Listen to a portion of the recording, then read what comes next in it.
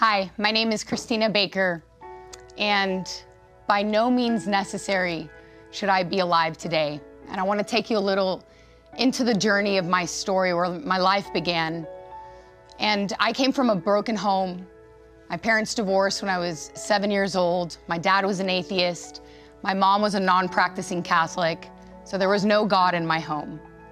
By the age of 14, I was going out to the bars, I was doing drugs, and I was hanging out with the wrong crowd. I got into self-harm because I felt like I was dead inside. And I just wanted signs that I was still alive. And by the time that I turned 15 years old, I was partying all night, drugging all night, and drinking at the bars. And I came home one night and my stepdad was standing at the top of the stairs and told me, first he told me that I wasn't worth it. And before he almost pushed me down the steps, my mom said, he told my mom that she had to decide between me and between him. My mom made a decision that night that I had to leave. And so they put me on a one-way ticket from Santa Cruz, Bolivia, where we were living, to Maui, Hawaii. I hadn't seen my dad in 10 years. So with a duffel bag with my entire life in it and an electric guitar on my back, I showed up in Maui, Hawaii, looking for my dad, not knowing if I would recognize him. After about 6 hours sitting in the airport, my dad shows up, and I had black makeup around my eyes, I had spikes, I was black on black on black. And my dad gives me the news that after many years of working in the oil field, he lost everything. He had a bad cocaine addiction. And as I followed in my dad's footsteps, the news dawned on me that this would also be my reality. And he said that he ended up homeless, living in a tent on the beach. And so I asked myself that question, does that mean that I'm homeless too? Well, my dad spent some time on the Maui beach for many months. And after that, some family members found out that I was living homeless, and they brought me to Houston, Texas, and I went from house to house to house. Nobody wanted to deal with a drug-addicted goth teenager.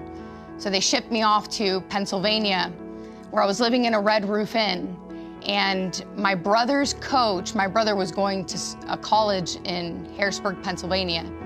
And my brother's coach went to a staff meeting at a church that he attended and said that there was an atheist, drug-addicted teen living in a motel. A couple stands up at the staff meeting and they say, we'll take her in. A week before 9/11 in 2001, I show up at this couple's house and they said, welcome to my home. We only have 2 rules in our house, and the first one is that your curfew's 11, and the other one is that you have to go to church with us every Sunday. At that moment, I looked around, I was like, you guys don't understand, I'm an atheist. They said, that's okay, Chris. Welcome to our home. We'd love for you to stay, but you gotta go to church. So every Sunday, I did everything that I could to not go to church.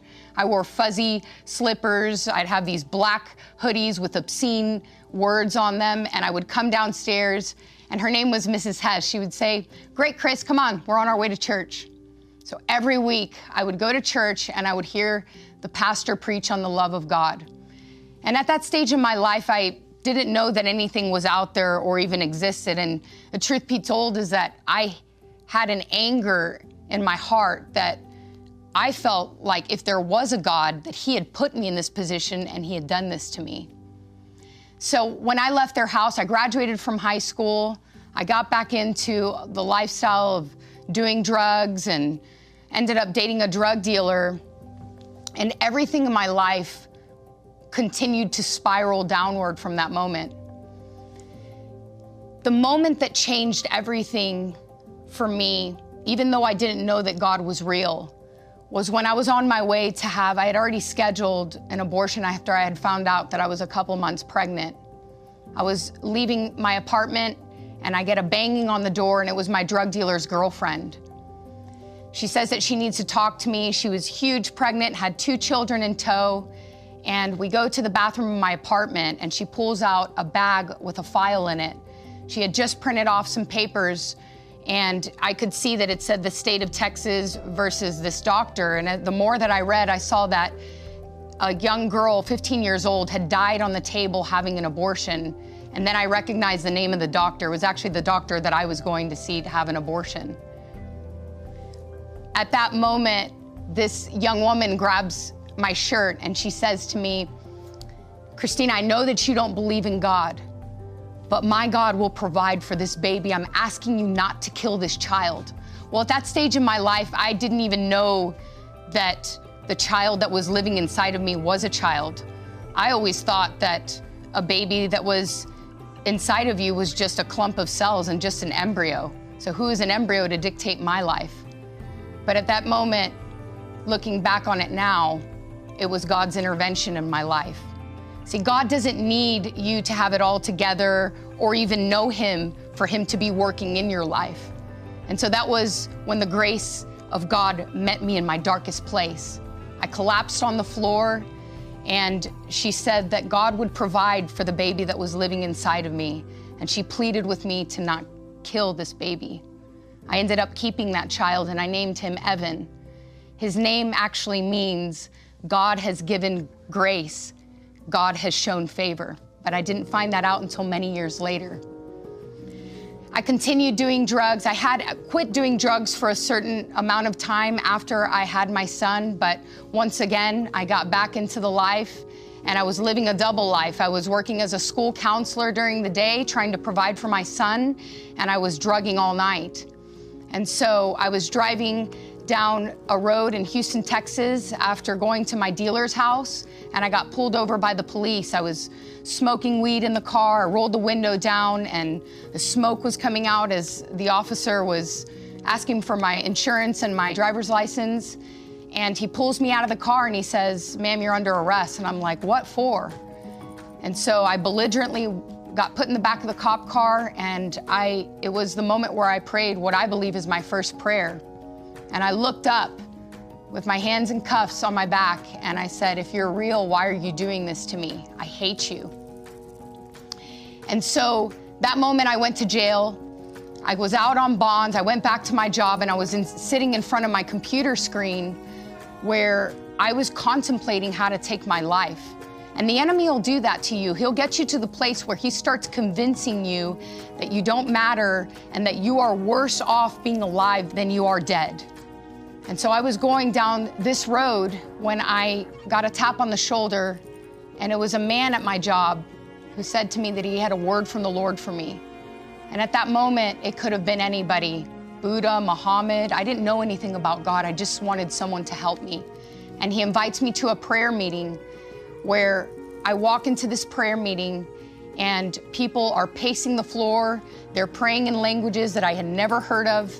And everybody begins to lay hands on me, and this man, his name was Hilroy, he says to me, "This is a matter of life or death." And at that moment, I didn't know that it was a vision, but I had an open vision in my spirit of me dying in a car accident.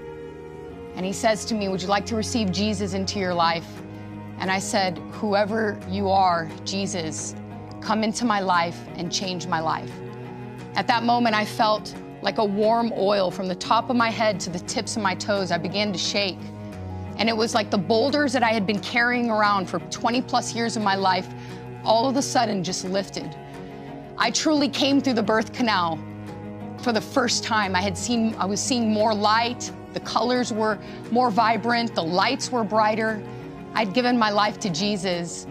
And I wish I could tell you that I rode off into the sunset and everything was hunky-dory after that. But the reality is that I was facing a court case that was going to change the rest of my life and the life of my son. So I had been walking with the Lord for 3 months. I was fully delivered from drugs, and I was walking like a new woman, but I was facing going back to jail. So I show up to court that morning, and I hear the voice of the Lord speak to me while I'm sitting there waiting to be arraigned. And I tell my attorney that I need to talk to the DA. That voice was the voice of the Lord that I had never heard before. And I asked my attorney if that would be a possibility. He said, "This isn't the best idea for you to do this, but I've given you legal advice." So we walk outside of the courtroom. The DA looks at me and says, "So what's up?"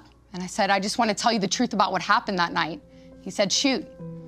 Look, I'm not the person that was in that car on September 2nd. That was the day that I got arrested. But God has changed my life. I gave my life to Jesus, and I'm a new woman, I'm a new person. He said, look, we all make some mistakes sometimes. Have a great day.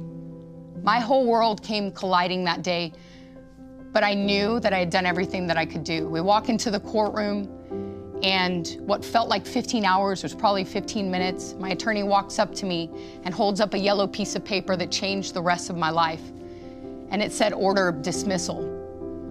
That piece of paper represented so many things to me in that moment. And what I did, I walked out of the courtroom and I began screaming and glorifying God for what he had done. And it was that moment where I realized that I had heard the message of the cross, but this was the first time where I understood the message of the cross and the blood that he shed for my life.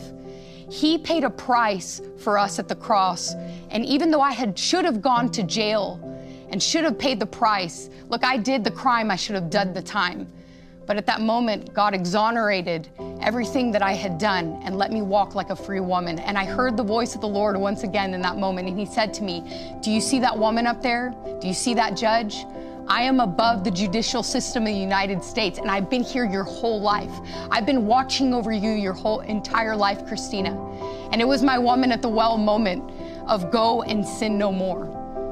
It was the moment where I realized that I was set free and free to live the life that he had paid for me to have.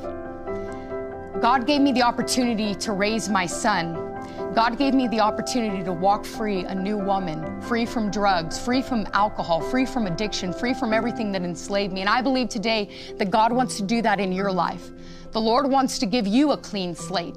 He wants to renew the vision that he put inside of your heart many years ago for you, your children, and your loved ones. If God can take this drug-addicted, lost, goth teen girl, he can do the same for you and the ones that you love. So I want to encourage you with that today. There's so much more to this story, but God has written a story in your life that he fully intends to fulfill. There is a destiny, and the power of his might and the power of his blood has already set you free. So God bless you.